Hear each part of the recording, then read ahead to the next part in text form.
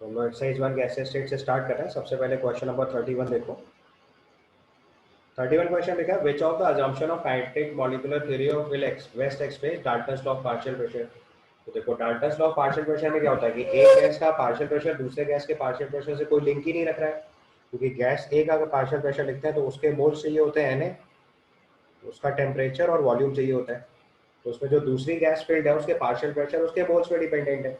इसका मतलब एक गैस का मूवमेंट दूसरे गैस से टोटली इंडिपेंडेंट है। तो उसका मतलब एक गैसियस मॉलिक्यूल का दूसरे गैसियस मॉलिक्यूल के साथ कोई अट्रैक्टिव फोर्स काम नहीं कर रहा है। So gaseous molecules moves at random with no attractive force between them, ये इसका आंसर हो जाता है। क्योंकि अगर एक गैस का दूसरे गैस के साथ कुछ भी अट्रैक्शन होगा तो उसके प्रेशर में कुछ ना कुछ इफेक्ट तो लाएगा। तो हर गैस का पार्शियल प्रेशर इंडिपेंडेंट है और उसका टोटल प्रेशर सारे गैसेस के पार्शियल प्रेशर का सम है। इसका मतलब किसी भी गैस का प्रेशर किसी दूसरे गैस के प्रेशर से अफेक्ट हो ही नहीं रहा। मतलब एक गैसेस मॉलिक्यूल का मूवमेंट दूसरे गैसेस मॉलिक्यूल से टोटली इंडिपेंडेंट है। तो रैंडम मूवमेंट है और नो अट्रैक्शन फोर्स है। उसका आंसर ए मार्क कर देंगे। ठीक है। देन क्वेश्चन नंबर 35 में लिखा है, straight glass tube has two inlets X and Y. At the two ends, the length of the tube is 200 centimeter. HCl is inlet X and ammonia at through sir inlet Y is allowed to enter in the tube. ये तो कर लोगे अब तो, same आज ही सिखाया मैंने आपको कॉन्सेप्ट इसका। ऐसे एक लॉन्ग ट्यूब बना। सर हाँ बेटा। सर टेम्परेचर बढ़ता है तो सर काइनेटिक एनर्जी बढ़ती है। हाँ तो दोनों गैस की बदलेगी ना, एक गैस के ऊपर दूसरी गैस के ऊपर क्या कनेक्शन है उसका।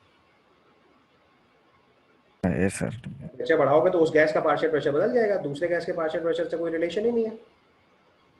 Yes sir. पार्शियल प्रेशर उस गैस का अपना इंडिविजुअल प्रेशर होता है, उस प्रेशर पे दूसरे गैस के प्रेशर से कोई फर्क ही नहीं पड़ रहा है। तो उसका मतलब एक गैस का दूसरे गैस से कोई अट्रैक्शन काम नहीं करता है। अगर कुछ अट्रैक्शन काम करता तो एक गैस का प्रेशर दूसरे गैस के प्रेशर पे कुछ ना कुछ तो इफेक्ट डालता। ठीक है। तो देखो ये वाले क्वेश्चन में भी क्या है, डिफ्यूजन का कॉन्सेप्ट है, एक एंड से HCl एक एंड से अमोनिया पास कर रहे हैं। तो उसने बोला हुआ है कि इसकी लेंथ जो है वो 200 सेंटीमीटर है। तो उसने पूछा है कि the distance from and P, distance of P from and X। तो एक X इनलेट है, एक Y इनलेट है। X इनलेट से हम लोग गैस पास कर रहे हैं HCl, तो मतलब इधर वाले एंड से आपको डिस्टेंस लिखनी है। तो उसको एड से P एज्यूम कर लेते हैं, या डिस्टेंस के टर्म में लिखना है तो उसको x लिख लो। तो ये ऑटोमेटिक 200 माइनस एक्स हो गया।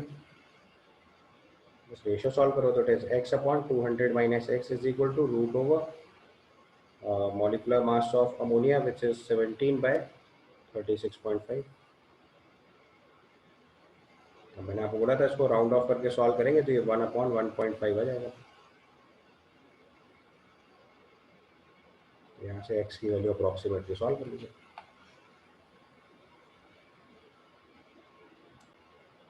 यहाँ से सॉल्व करोगे तो x की वैल्यू अप्रॉक्सीमेटली 80 सेंटीमीटर बन जाएगी। मैंने राउंड ऑफ करके कैलकुलेशन कर दिया। ऑप्शन देख के 81.12 लिख देंगे। ठीक है। देन क्वेश्चन नंबर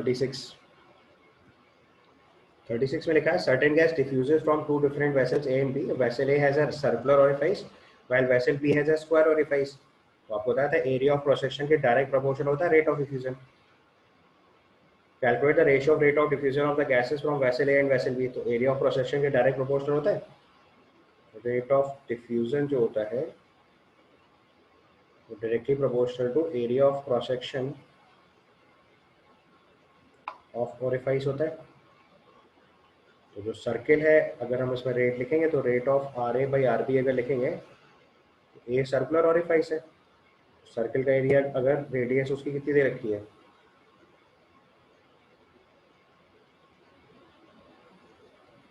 तो रेडियस लिखेंगे पाई आर स्क्वायर लिख लो। और जो उसी साइड का अगर ए स्क्वायर है तो उसका एरिया, उसकी साइड एरिया कितना हो जाएगा आर स्क्वायर। तो उसका रेशियो सॉल्व करके लाएंगे तो पाई आ जाएगा। सर्किल का area pi r square, square का एरिया ए स्क्वायर। तो उसने बोला हुआ जिस रेडियस की सर्किल है उसी रेडियस का हमने स्क्वायर बना दिया। तो स्क्वायर का एरिया हो गया आर स्क्वायर, सर्किल का एरिया हो गया पाई आर स्क्वायर, दोनों का रेशियो अप्लाई कर देगा। This comes out to be pi. ठीक। उसके बाद क्वेश्चन नंबर 37। 37 लिखा है equal time is taken for 100 ml of hydrogen and 25 ml of gas to diffuse through a porous partition, molecular weight of the gas. ये भी simple logic हो गया। Rate of effusion of hydrogen by rate of effusion of gas will be equal to root over molecular mass of gas bye molecular mass of hydrogen. इसको solve कर दीजिए। तो इसमें जितने टाइम में इसका 100 ml डिफ्यूज हुआ उतने टाइम में इसका 25 ml डिफ्यूज हुआ है। तो उसका रेट हो गया 100/t, उसका रेट हो गया 25/t। ठीक है। और मॉलिक्यूलर मास ऑफ गैस आपको कैलकुलेट करना है और हाइड्रोजन का मॉलिक्यूलर मास 2 होता है। उसको सिंप्लीफाई कर लो तो ये 32 बन जाएगा। 4² is equal to molecular mass of gas by 2 करेंगे तो यहाँ मॉलिक्यूलर मास ऑफ गैस जो है वो 32 आ जाएगा। ठीक है। उसके बाद क्वेश्चन नंबर 40।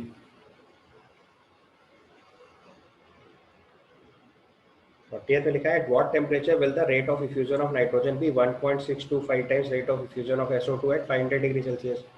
तो आपको बताया था कि जो रेट ऑफ इफ्यूजन होता है वो डायरेक्टली प्रोपोर्शनल टू टेम्परेचर होता है। तो rate of effusion of N2/SO2 will be equal to root over molecular mass of SO2 by molecular mass of nitrogen into temperature of nitrogen by temperature of SO2। ठीक है। तो rate of effusion of nitrogen दे रखा है 1.625 times of SO2 divided by molecular mass of SO2 is 64, nitrogen is 28 और temperature निकालना है आपको। तो ये T हो गया और ये नीचे हो गया 500 + 273। यहाँ से सॉल्व करके T बताना है आपको कितना आएगा। करो एक बार। इसको सॉल्व करेंगे तो टेम्परेचर लगभग 830 केल्विन के आसपास आ जाएगा। और तो आप इसको लॉजिक से भी सॉल्व कर सकते थे क्योंकि जो रूट है ये 1.5 आएगा। तो सर्टेनली टी की वैल्यू इनिशियल टेम्परेचर से या 500 डिग्री सेल्सियस से तो ज़्यादा आएगी। तो 773 केल्विन से तो ऊपर ही आंसर आना था। तो गिवन ऑप्शन के हिसाब से बी लिखना था। अदरवाइज सॉल्व करके भी निकालोगे तो 830 केल्विन के आसपास आपका आंसर बनेगा। ठीक है। Next question number 42। 42 में लिखा हुआ है at constant volume and temperature condition, the rate of diffusion of Ra and Rb of gas A and B having densities rho and rho B are related to the expression। तो देखो हमारे फॉर्मूले के हिसाब से Pm is equal to dRT होता है। Pressure और टेम्परेचर अगर कांस्टेंट रख रहे हैं तो m1/m2 जो है वो या Ma/mb की वैल्यू ρA/ρB आ जाएगा। Ma/mb अगर लिखेंगे तो it comes out to be ρA/ρB। तो रूल के हिसाब से RA/RB की वैल्यू जो अभी तक थी वो थी रूट ओवर MB/MA और MB/MA को रिप्लेस करेंगे तो ये आ जाएगा रूट ऑफ ρB/ρA। यहाँ से RA की value RB into ρA/ρB power half आ जाएगी। ग्राम्स लॉ का बस वेरिएशन है। Molecular mass proportional to density होता है। Pm is equal to dRT और आपको पता है कांस्टेंट वॉल्यूम एंड टेम्परेचर लिखा है तो that means constant pressure and temperature condition होगी इसी केस में। ठीक है। क्लियर। उसके बाद नेक्स्ट क्वेश्चन नंबर 75।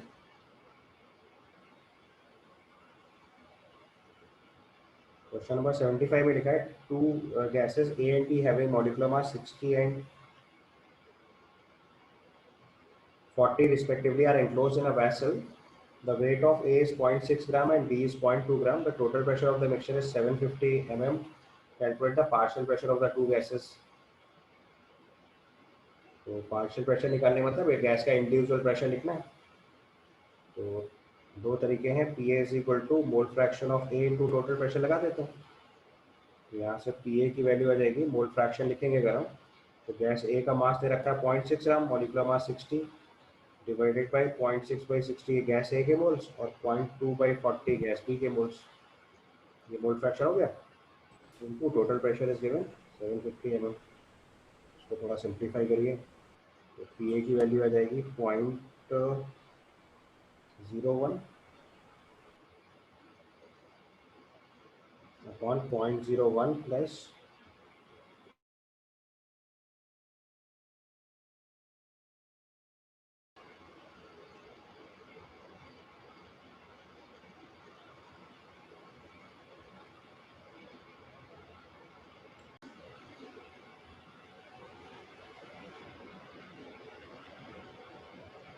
तो उसमें देखो पी ए की वैल्यू 0.01 अपॉन 0.01 प्लस 0.005 इंटू 750 आ जाएगा।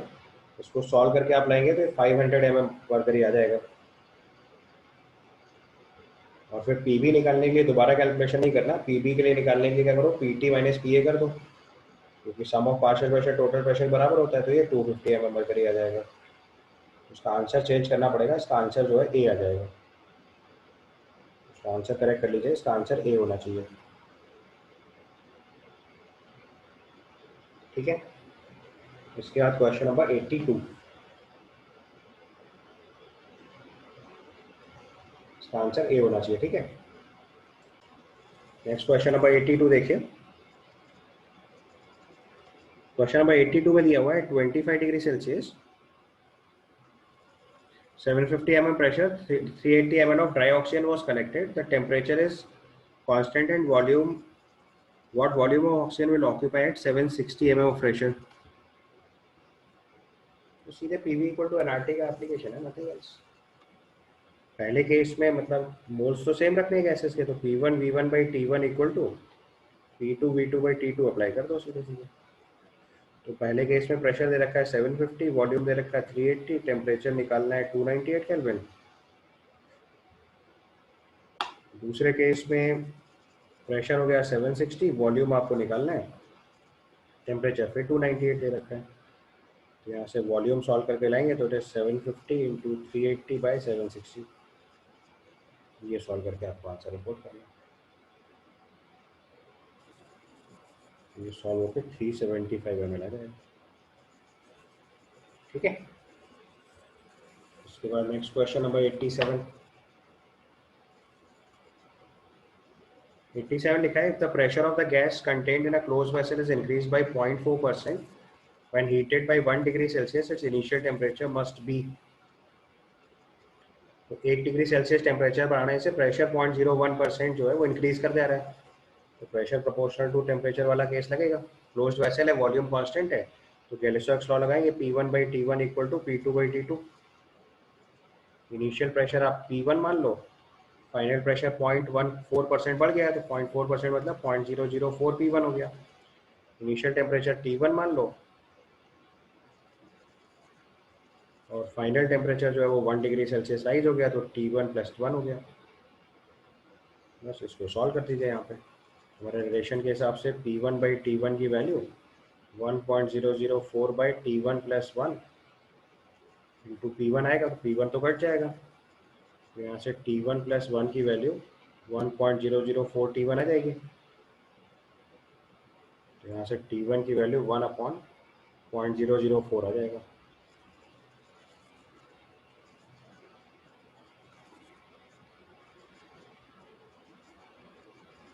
ये 250 केल्विन टेम्परेचर बन जाएगा। ठीक है, इसके बाद क्वेश्चन नंबर 88। 88 में लिखा है, density of the gas is found to be 5.46 gram per decimetre cube at 27 degree Celsius and 2 bar pressure, what will be the density at STP.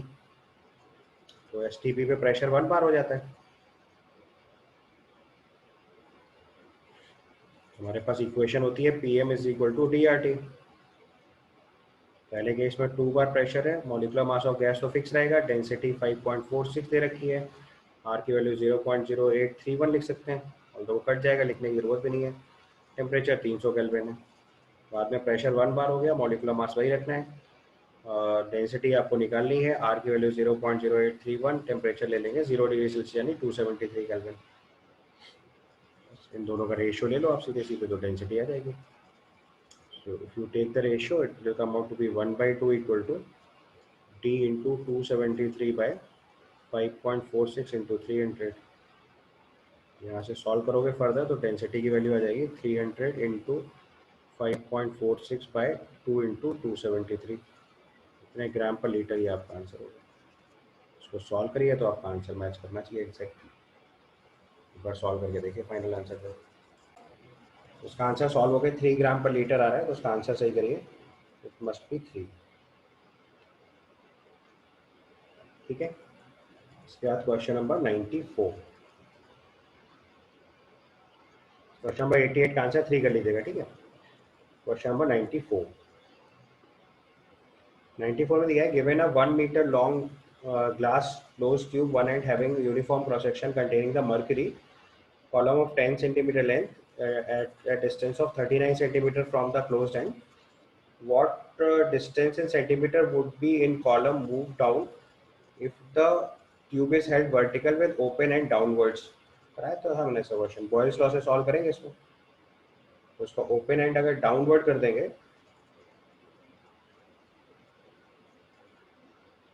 तो ये ट्यूब आपको ऐसे बनानी पड़ेगी। ये लेंथ आपको 10 सेंटीमीटर दे रखी है। यहाँ से एटमॉस्फेरिक प्रेशर काम करेगा विच इज़ 1 atm। यहाँ से गैस का प्रेशर काम करेगा और मरकरी का वेट काम करेगा, यानी मरकरी की वजह से जो प्रेशर आएगा वो आ जाएगा इसमें। तो आप रिलेशन लिखेंगे पी गैस प्लस मरकरी का प्रेशर हुआ 10/76 is equal to atmospheric pressure 1 atm। ये रिलेशन लग जाएगा। तो यहाँ से गैस का प्रेशर हो जाएगा 1 - 10/76। अब देखो टेम्परेचर कांस्टेंट है तो बॉयल्स लॉ अप्लाई करेंगे P1 V1 equal to P2 V2। Initially pressure था 1 atm, लेंथ थी 39 centimetre, area of cross section A मान लो। फाइनली प्रेशर हो गया 1 - 10/76 atm। लेंथ आपको निकालनी लेट से L1 और temperature area of cross section A मान लो। अच्छा क्वेश्चन में देखो एक और क्लू दे रखा है, उसने गिवन है टेक एटमॉस्फेरिक प्रेशर लिखा होगा, ये थोड़ा तो ये स्पेस नहीं होना चाहिए ना, this must be atmospheric pressure, this space should not be there, the take atmospheric pressure to be 75 centimetre of mercury. तो मतलब हमने यहाँ पे 1/76 किया, वहाँ पे 1/75 कर लो। ये क्वेश्चन को इंटीजर बनाने के लिए कैलकुलेशन और मॉडिफिकेशन दे दिया गया आपको। इससे सॉल्व करेंगे हम लोग। यहाँ से सॉल्व करके आपको L1 निकालना है। यहाँ से L1 की वैल्यू आ जाएगी 39 × 75/65। ये सॉल्व करके आंसर चेक करिए। तो इसको सॉल्व करेंगे तो 45 सेंटीमीटर आ जाएगा। क्वेश्चन में देखो पूछा गया है, ध्यान से देखो क्वेश्चन में पूछा है by what distance would the column move down. तो पहले 39 सेंटीमीटर में था, अभी कहाँ पहुँच गया है 45 सेंटीमीटर पे। तो कितना मूव डाउन हुआ 39 45 - 39। तो जो मूव डाउन हुआ वो कितना हुआ 6 सेंटीमीटर। तो आपका लिखेंगे column move down by column moved down by